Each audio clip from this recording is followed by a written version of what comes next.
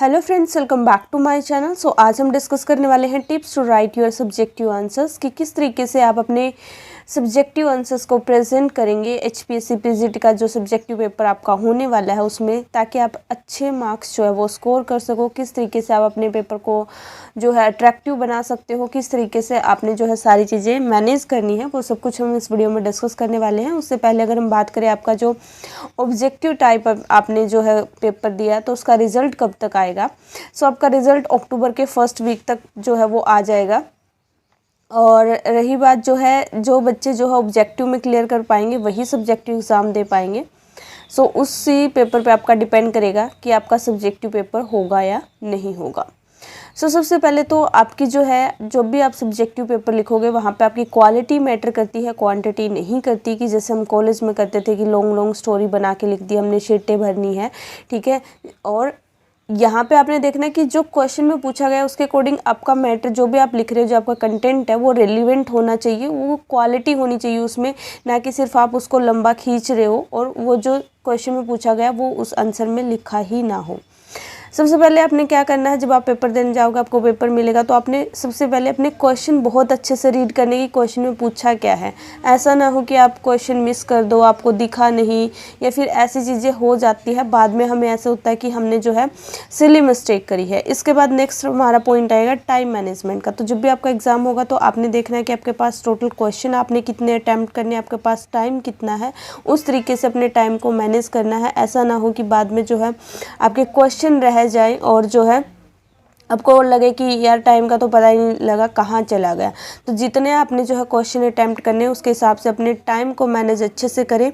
Hand writing आपकी अच्छी होनी चाहिए। ये नहीं है कि जगह जगह पे आपने लिखा फिर काट दिया, कुछ लिखा फिर काट दिया, मतलब इस तरीके से कटिंग ज़्यादा नहीं होनी चाहिए। आपका पेपर नीट एंड क्लीन होना चाहिए, ठीक है। हैंड राइटिंग भी आपके जो है गुड मार्क्स स्कोर करने में जो है आपकी हेल्प करेगी कि आपने किस तरीके से अपने पेपर को प्रेजेंट करा है और किस तरीके से आपने जो है चीज़ें हेडिंग देनी है, ठीक है। उसके बाद आपने अंडरलाइन करना, हाईलाइट करनी जो इम्पोर्टेंट चीज़ें हैं।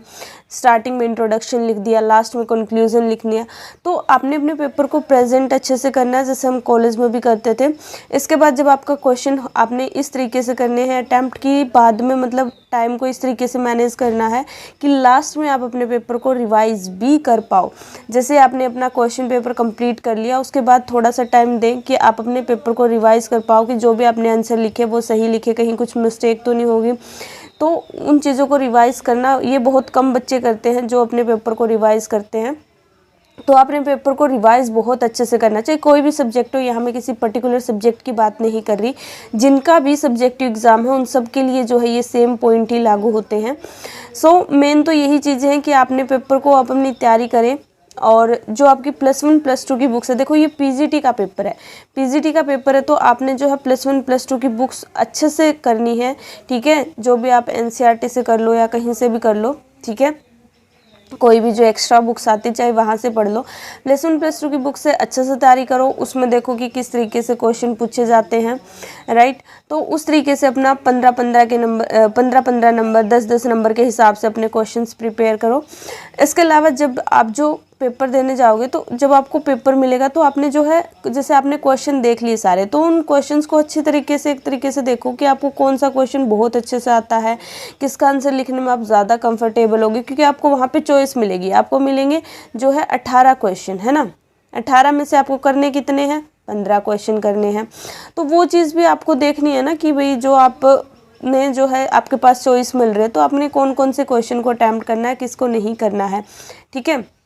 तो जो आपको लगे कि हाँ मैंने ये क्वेश्चन अटैम्प्ट करने हैं, उनको पहले ही मार्क कर लो, हाँ मैंने ये क्वेश्चन करना है, ये करना है, ये करना है, और फिर अपना जो है अपना आराम से लिखो, ताकि बार बार ऐसा ना हो कि क्वेश्चन पढ़ रहे हो फिर सोच रहे हो ये करूँ ना करूँ, उसमें टाइम वेस्ट बहुत होएगा। तो पहले ही 10 मिनट्स आप, इससे बढ़िया कि पहले ही दे दो, जिसमें आप अच्छे से जो है चीज़ों को एनालाइज करो, देखो कौन से क्वेश्चंस आपने अटैम्प्ट करने हैं और उसके हिसाब से अपना पेपर अटैम्प्ट करो। इसके अलावा सब्जेक्टिव और ऑब्जेक्टिव से रिलेटेड कोई भी डाउट हो तो आप मुझे बताइएगा। जो भी कॉमर्स के बच्चे हैं सब्जेक्टिव पेपर के, उनकी जो मैं प्रिपरेशन स्टार्ट भी कराने वाली हूँ, कुछ चीज़ें मैं आपको बताऊँगी, ठीक है, कॉमर्स से रिलेटेड जो इंपॉर्टेंट टॉपिक एंड ऑल। उसके अलावा कोई डाउट है तो आप कमेंट बॉक्स में पूछिएगा। सो गाइस, इस वीडियो में इतना ही। Thank you so much for watching this video. Please like share and subscribe. Bye bye, take care, have a good day.